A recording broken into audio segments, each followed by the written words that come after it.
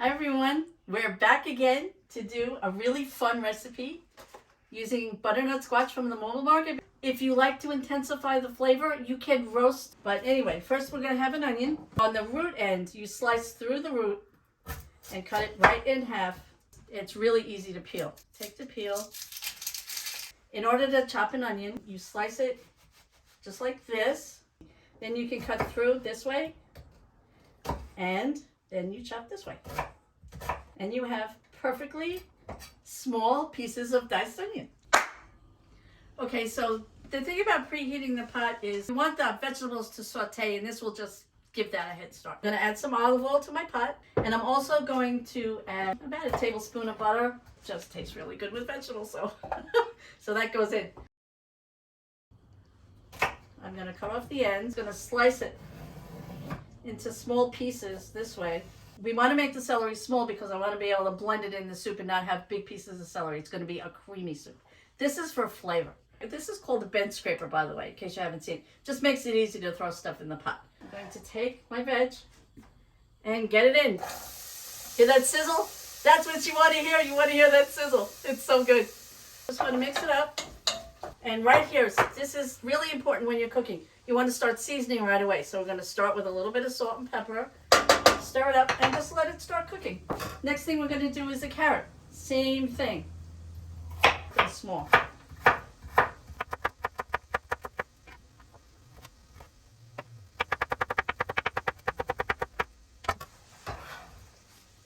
And the carrots go in. We're going to add an apple.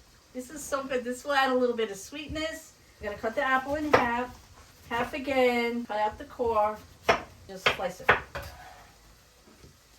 So I'm going to toss in the apple. I'm going to add a little bit more salt and pepper. And at this point in the cooking process is where you want to add your spices. A little bit of cinnamon, a tiny bit of nutmeg. I'm going to put garam masala. I'm going to add about a half a teaspoon. So here we have our chopped squash, and it just goes in the pot. The whole thing. Just dump it in. So now that I've got all this squash kind of incorporated in the pot, for the liquid, I'm going to use vegetable broth. If you don't mind, you can use chicken broth. The whole thing goes in. Keep it on medium-high. You should cover it. I'm just going to cover it with a plate. So the soup has been cooking for 20 minutes, 25 minutes. It's ready to blend. I have an immersion blender, which is one of these hand mixers. You throw it in and it blends. The other way to do this is in an actual blender. But you want to do it in batches. You want to take the hot liquid, and use a ladle and spoon it out. A couple of spoons in the blender, blend it, put it in a different pot, and keep going until the whole soup is blended. Before you blend, turn off the heat. The magic will happen. And here is the finished soup. It looks beautiful, right? Nice and smooth and creamy. This is a good time to test it, taste it for seasoning. Maybe you need more salt, maybe just test it. It can use some more salt. So this is a good time to throw it in. And for good measure, I'll throw in a little bit of pepper because I like doing both at the same time. I'm gonna add some yogurt because we like it creamy. And if you want it vegan, because we use vegetable stock, use coconut milk, like full fat coconut milk. You can also use heavy cream, half and half, milk. So I'm just gonna